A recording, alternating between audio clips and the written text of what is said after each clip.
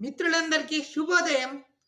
ఈరోజు వేమన పద్యాలు శీర్షికన నేను చెప్పబోయే 5వ వేమన పద్యం చెప్తున్నాను. అందరూ శ్రద్ధగా వినండి.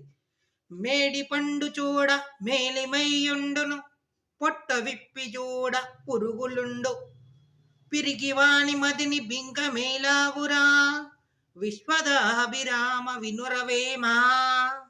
ఈ పద్యానికి తాత్పర్యం ఏమిటంటే, మేడిపండు చూడ్డానికి నిగనిగలాడుతూ తలతల్లలాడుతూ ఉన్న ఆ మేడిపండుని చీలిస్తే లోపల పురుగులుంటాయి.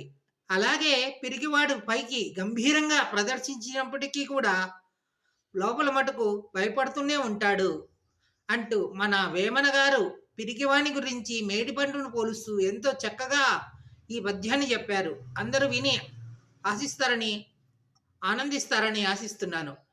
వీడియో నచ్చినట్లయితే లైక్ చేయండి, షేర్ చేయండి, ఛానల్ని సబ్స్క్రైబ్ చేసుకోండి. స్వస్తి.